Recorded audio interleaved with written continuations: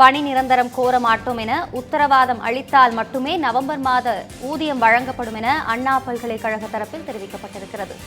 இதுகுறித்த கூடுதல் விவரங்களை வழங்குவதற்காக நமது செய்தியாளர் ராதிகா நெடுஞ்செழியன் இணைப்பில் இணைந்திருக்கிறார். ராதிகா, இதுகுறித்த கூடுதல் விவரங்களை வழங்கலாம். வணக்கம் அபிராமி.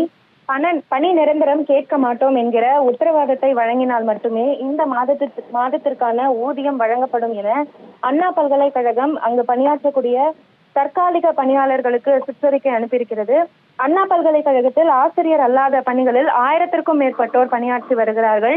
5 ஆண்டு முதல் 20 ஆண்டுகள் வரை தற்காலிக பணியாளர்களாகவே பணியாற்றி வரும் இவர்கள் தொடர்ந்து அவர்களுக்கு பணி நிரந்தரம் வேண்டும் என கோரிக்கைகளை வைத்து வருகிறார்கள்.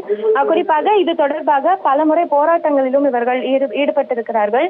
திமுக ஆட்சிக்கு வந்தால் இவர்களுக்கு நிரந்தர பணி கொடுக்கப்படும் என ஒரு தேர்தல் வாக்குறுதியை கொடுத்திருந்தார்கள்.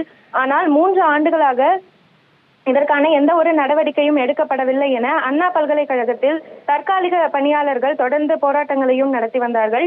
அந்த வகையில் தற்போது அண்ணா பல்கலைக்கழகத்தின் பதிவாளர் ஒரு சுற்றறிக்கையை அங்கு பணியாற்றக்கூடிய ஊழியர்களுக்கு அனுப்பியிருக்கிறார். அதிலும் குறிப்பாக எதிர்வரக்கூடிய நாட்களில் ஊதிய உயர்வு குறித்தும் பணி நிரந்தரம் குறித்தும் எந்த விதமான கோரிக்கையையும் வைக்கக்கூடாது என்றும் இதனை ஒப்புக்கொண்டு இதற்கு ஒரு கையெழுத்து இட்டு ஒரு கடிதம் அளிக்க வேண்டும் எனவும், அப்படி கடிதம் கொடுத்தால் மட்டுமே நவம்பர் மாதத்திற்கான ஊதியம் வழங்கப்படும் எனவும் இந்த ஒரு டிக்ளரேஷன் ஃபார்மில் கொடுக்கப்பட்டிருக்கிறது. குறிப்பாக தற்காலிக பணியாளர்கள் யாரும் ஊதிய உயர்வு பணி நிரந்தரம் கோரக்கூடாது என்பதனை வைத்து நவம்பர் மாத ஊதியம் நிறுத்தி வைக்கப்படும் என்கிற ஒரு சுற்றறிக்கையும் பதிவாளர் தரப்பிலிருந்து சென்றிருக்கிறது. இது அந்த பல்கலைக்கழகத்தில் பணியாற்றக்கூடிய தற்காலிக பணியாளர்கள் மத்தியில் கடும் அதிருப்தியையும் ஒரு வேதனையும் ஏற்படுத்தியிருக்கிறது. அபிராமி,